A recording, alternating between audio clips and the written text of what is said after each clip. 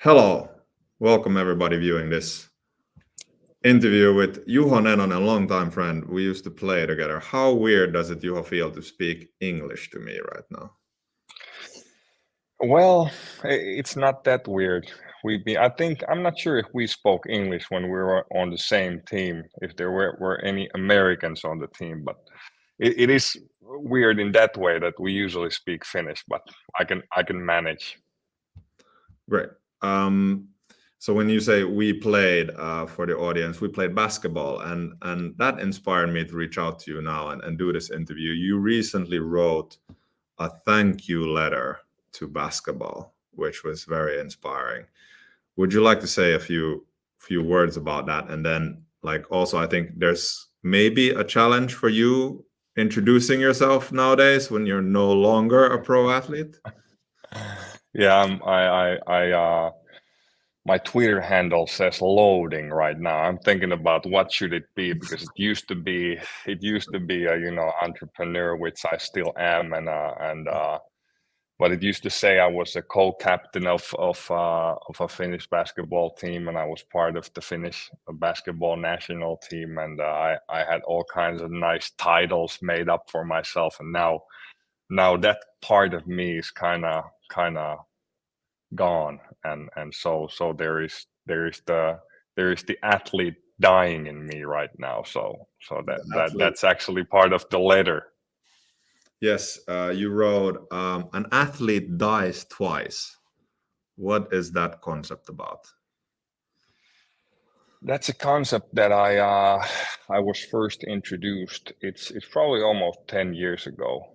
There's this psychologist, Sean Acker. I'm not sure how to pronounce it, but there was a HBO documentary about uh, state of play. Happiness was the name of the documentary, and it was about how athlete after their pro career is done, what does it do to an athlete's brain and mental health and so on. And I remember watching that documentary 10 years ago. Just Mm.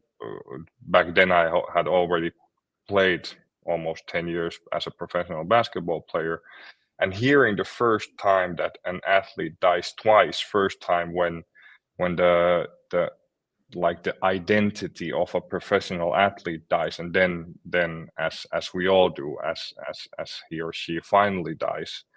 And I knew when I first saw it that one of these days the athlete in me is going to be dying, and I reflected on it, and now that has basically happened. I've quit my professional career and so on. But would you like to hear more thoughts about that letter, or where should we take this? Well, basically, the feeling. Do you feel the athlete has now died, like truly?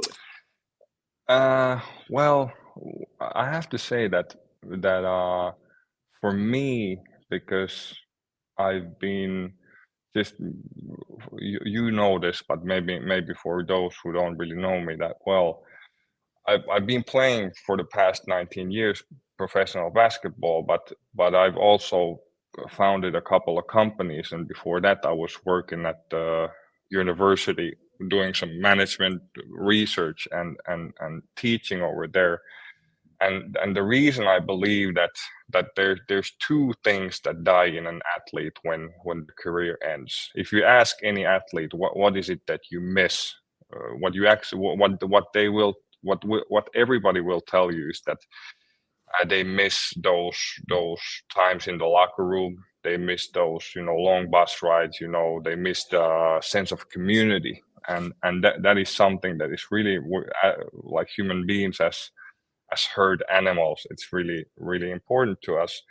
But the other thing that is not, it's, I don't know if a taboo is too much to say, but it is something that is not discussed as much, is that uh, it's really important for athletes, as it is for anybody, to feel that they are an important part of a group, that their input matters, and that they bring value to the table. And when the career of an athlete ends, that feeling grinds to a halt, like all of a sudden. There's no more big audiences. Your name is not on the paper anymore. You're not over there contributing to your team's success. And I think it might be even a bigger like part of the puzzle that you're not part. Human beings are like natural artificers. We want to make things. It's really important to us, and to make a team. That's something that you're a part of. And when you take that part away from a human being, you take a lot away. And for me, what has like sheltered me from that is having these like companies and having these like other communities that I'm a part of. I've shed many tears like thinking about this, like making this decision. It's been really hard for me, but at the same time, I'm jumping from one train to another, so it hasn't been as bad as I know it has been for many I people. was about to say, didn't you like complete your degree in all those bus rides here and there, and then you built a company while riding the bus to the games as well, or at least like how I feel like what you were doing most of the times. I was playing in Joensuu, so there was a lot of bus riding going on. Yes. And I can relate to this. I kind of felt I made that choice when I was 20.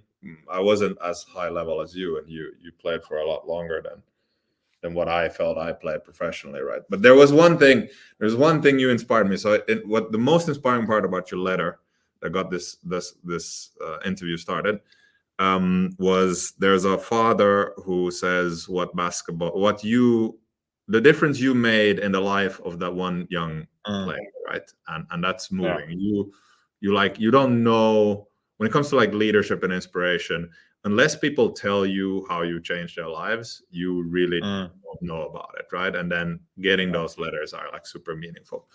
I unfortunately I wasn't inspired to play basketball when we played together. It was more about like competition, and yes, I looked up to you, but one thing I picked up was the cap game, right? You were really good. You were like amazingly good with throwing the caps around, right? So I still flick whenever I have a hat. I'm still like flicking all the time, and that's you. That's because Oh, that's funny. That's super funny. That takes, I still got a mean creep walk, man. I can take a challenge any day. Yeah. Well, it's nice to hear. It's nice to hear. Yeah, but like people can go and and read your letters, and you post a lot of content in Finnish, but then you have a lot of translation also. Together with the podcast, I am to also, if you allow me, to put the English version of your letter, so people get, of course, some sort of sense of who you are. But kind of to diverge, not going into the entrepreneurial endeavors too much, and sticking with who you are, Juho. I would have wanted to go and dig like behind the scenes and talk to your family and so on. But what would your mom say about what kind of kid you were? Well, maybe a little story will do the trick. If I grow my hair long as I had, you probably remember back in the day, it will turn like curly. It will turn curly. And when I was a little kid, I used to look like an angel. I was like white blonde hair and curly long hair, and then my mom said that it was really tough because you you looked like an angel, but you didn't act like an angel. And but it was nothing crazy. I just had I had a lot of energy. I think my mom would say that boy had a lot of energy, and I still have a lot of energy. Yes, it's all about my mom used to say that there is no like if you just put that energy into right things, good things are going to happen. I put it in sports, and now I'm putting in entrepreneurship, and I hope good things still happen. It shows. And sticking to this subject with one more question, because I was sitting at my younger child's kindergarten gathering, and the kindergarten teacher had this exercise for all the parents. So we want you now to write the first child's play you remember playing, because she had participated in a leadership development training, and there somebody said that the first kind of child's play or game you remember playing is what you made as a profession, or you made into a career.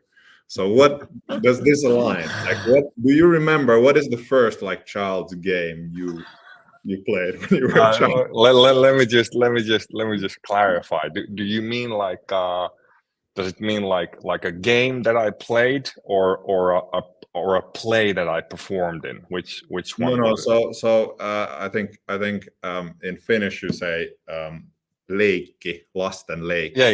Not like a video Like, game or a theater yeah, piece, yeah, like yeah, something yeah, you played with your friends.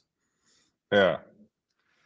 Well, the first thing that comes to mind, I had like these action figures called Action Men, and that was like my thing. Like I was playing with those Action Men, a lot. So Well, maybe I'm still an action man. So it does it maybe it might there might be some truth to it. well, I mean, given all the energy, and I, you still have a lot of that energy. What are you now taking? So if people start following you today, and Yeah. want to get to know what you're doing today, so where Yeah. are you releasing? What are you talking about, and why is that important to you? Well, to put it in like put it short, what I'm really interested about is collaboration. Like how is, because I truly believe that the collaboration between people is the most important thing in the world. If you think about it, like anything that is going to happen in the micro level, like within the team, within an organization, within the nation, within the world, things are going to happen through collaboration, or or then they're not going to happen at all. So I'm really interested about collaboration in like at different levels. The angle at the moment that I've been thinking about a lot is psychological safety. Is how what is basically, what is the groundwork? What is the, as you say in Finnish, perustukset of The good foundation. collaboration and teamwork. Yeah, what is the foundation? Mm. And well, that is what I'm working on a lot. But everything like revolves around collaboration and just different methods and different ways of collaborating better. Okay. So essentially, it doesn't sound like you kind of diverge very far from the essence of what like team sports is about, right? So like without that Well, foundation, or do you feel it's yeah. different? Well, this is something where I differ in a way, because I actually do believe that sports is a bad analogy for teamwork in a way. And if I'll just give you a brief outline. Since like I played for 19 years as a professional, and I was wondering, when I was looking back, I was 10 times in the finals. I got 12, top three seedings, 3 championships. I played for coaches that had, one coach had won the Olympic gold medal. There was the Finnish national team coach, great coaches. And looking back at my coaches, many of the best coaches who got the best results were authoritarian micromanagers, like really, like crazy stuff. And I was wondering, like, how is it possible that, I'm looking at the like management literature, I'm thinking about psychological safety, and there wasn't much psychological safety in those teams, to be really blunt. And Mm. and what I've came to realize in a way, we if we still got time, I'll just give Yes. you a small outline of how I see it. Like if you look at sports, you can, if we just take like three parameters, we Mm. can have individual sports or team sports. And of course, Yes. if you think about corporate teams or organizational teams, that's a Mm. team sport. So at this level, the analogy stands. Okay, Mm. then we can take another like lens, and if we think about, we can have like different kind of team sports or Mm. different kind of sports still. So different kind of games, we can have open games and Mm. closed games. And an open game means that there's other people, there's other teams that are trying to make your life harder. Like basketball is an open game that other Mm. teams are trying to people are trying to push you and stuff like that. And a Yeah. closed game would be like, well, most of the like athletics, if you have a Mm. 100-meter dash, Yeah. even if we do it as a team, nobody's gonna try to push you anything. So Yeah. still at this level, we can say that, okay, corporations have their teams Mm. and they're in an open game. Well, then we can take a third perspective, and that Mm. would be, are we in an invasion game or uninvasion game? So Mm. invasion game would be, well, basketball, but also soccer. So we're trying to Mm. take like the space of the other team, and the organizations are trying to do the same thing. We're fighting for market share. Yeah. So at this level, if we're looking at this perspective, it looks Mm. like, okay, hey, sports, it works. Mm. That's a team sports. It's an open game. It's an Mm. invasive game. But then when you look at the most important like aspect, and we look at the environment, and Mm. there are open environments and there's closed environments. And Mm. the analogy I like to use over here is that in basketball, the biggest change in the environment is that in 1984, 40 years ago, the Mm. 3-point line came to the court. And that is the biggest change that has happened in the basketball environment. And it took Yeah. almost 30 years, 30, for people in basketball to understand how important that environmental change is. Now, if Mm. we look at the environments that corporations are like fighting in or Mm. working in, what has happened in, let's say, let's say in healthcare or in media or Mm. in you name Yes. in education in the Yeah. past 4 years, like whole industries have Mm. ceased to exist. Yeah. And if we think about the pace of change that is happening Mm. in these open environments, that is Mm. the reason that actually in sports the coach can have most of the like answers. You can look to the coach and ask him, what am I supposed to do here, there, and here, and you just do as you're told, and you're Yeah. probably gonna have good results. That line of management does not work in this age of AI, age of Yeah. fast-paced VUCA environment. So that is in a real like nutshell what That I'm is. looking at, and why is it that sports is not the right analogy for Mm. us to look at. No, I agree. There's other notions I've come across as well, and you put it very elegantly. And the foundational things of why to look at business and sport differently. I've always like looked at it like, okay, so you want diversity in the workforce, right? And we can go on and debate on a separate thing, like which should come first, like psychological safety or diversity. However, but like in team sports, you will almost always have like the women's team and the men's team. There are very few sports you Yeah, play mixed, right? And then on the top yeah, level, the Olympic level, you will always have mm, like national teams that are inherent to a certain nationality, right? Where in most business it's always global and it's mixed and so on and so forth. That's true, but actually it goes to a far deeper level if we look at it, because just let's take me for an example. Like the age cohort 1987, of those people who started that are in that age cohort, I think it was to make it to the professional level, it was about, I'd say, 4 people. And of how many? Of a plus 1,000 people.